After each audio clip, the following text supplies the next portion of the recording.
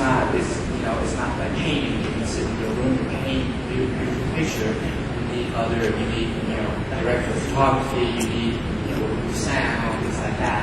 So it's really difficult to do it all by yourself. So my suggestion is to collaborate and to, in fact, what I'm doing today, publicize about your project, talk about your project, and get people out there interested in your project they will participate.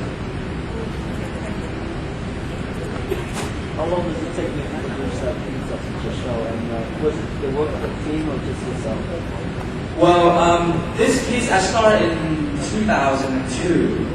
I started researching in 1998, 1999. I found the story and I did some more research, but I didn't actually get into the production of it until 2002. And I first found out about one of the guys just came on. He's one of the witnesses from the USS Dubuque, and I found him through another captain who rescued a 70s Vietnamese refugee in 1982. And he's been really helpful. He's a consultant, he's an advisor on the team. So it's a team effort, as much as the effort that I put into it. And I like to use the analogy. It's just, I'm just a pusher. This project is just like, a ball or something that's just pushed. When they pick up momentum, you gather other people involved and things like that. So, that's what it's really from this point. How much money you spend on that? I spent approximately $25,000 throughout the years because I spent a lot of money into research. Because a lot of these archival materials came from U.S. military, and they have a lot of them, and it took a while for me to find out where they at and go get them, and that. So, that's about as much money that I spent so far.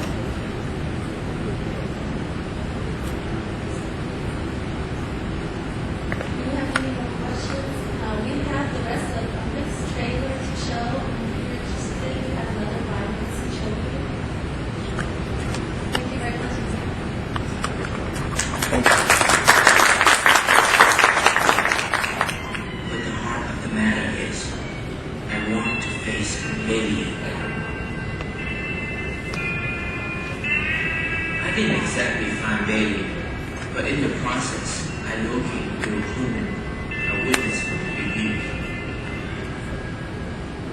His testimony, hopefully, will bring the truth closer to light. I was on the USS Dubuque, LPD-8,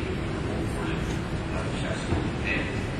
We were on our way to Persian Gulf under, I believe it was called Operation Free Will.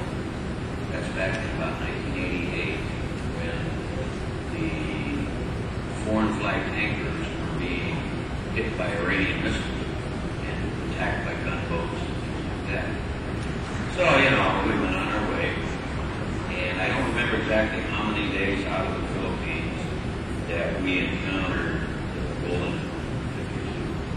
I wasn't on watch or anything, so I wasn't privy to anything on the bridge that was said. But my way of thinking, we stayed where the boat was. So the captain did put a motor rowboat in the water with the crew, the executive officer, a young ICFN fireman by the name of Pham, who was Vietnamese abstraction, and he was to be the interpreter. We did lend them some assistance. We gave them some rations every night. I think we had beef stew for lunch that day. And the cooks put it in plastic bags. The motor whaleboat came back. They put the plastic bags in the motor whaleboat, the plastic bag broke. So we had beef stew all over the small boat. I was down on the well deck at that time, and then I looked over there and saw one of the He had started swimming from the small boat to the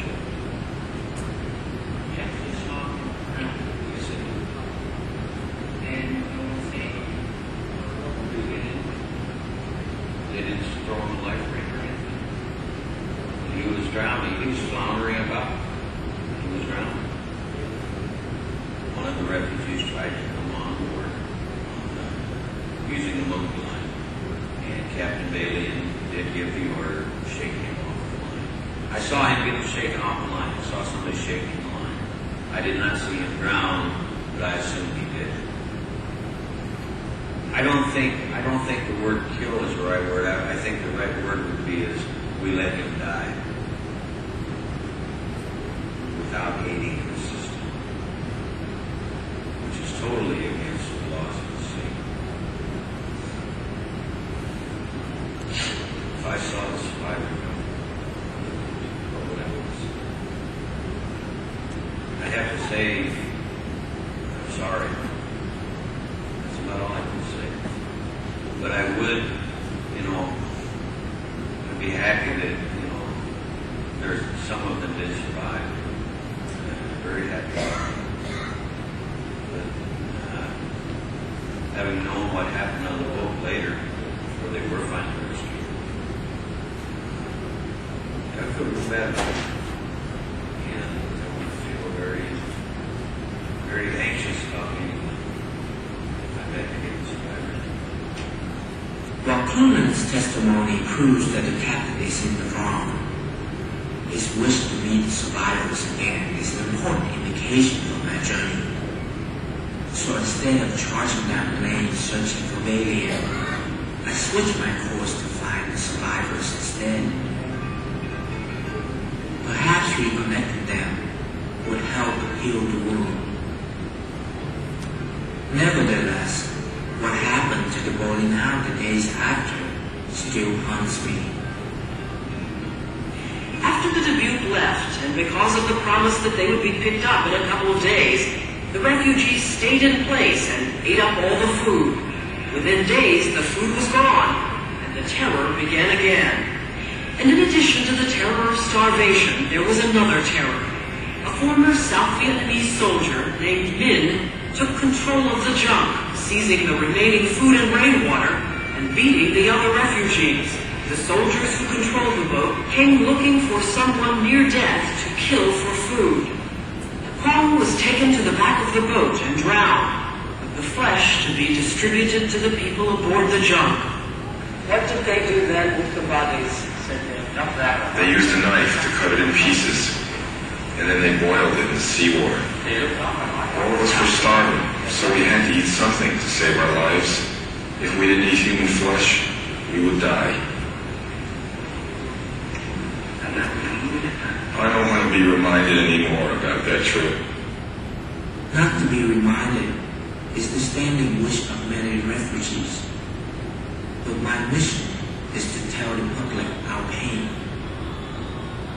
So instead of getting to the topic, I keep circling around the subject, unable to board the question. How do I get to the wound without stirring more pain? But for me, the question remains, why men like Bailey were instructed to avoid destitute people like us?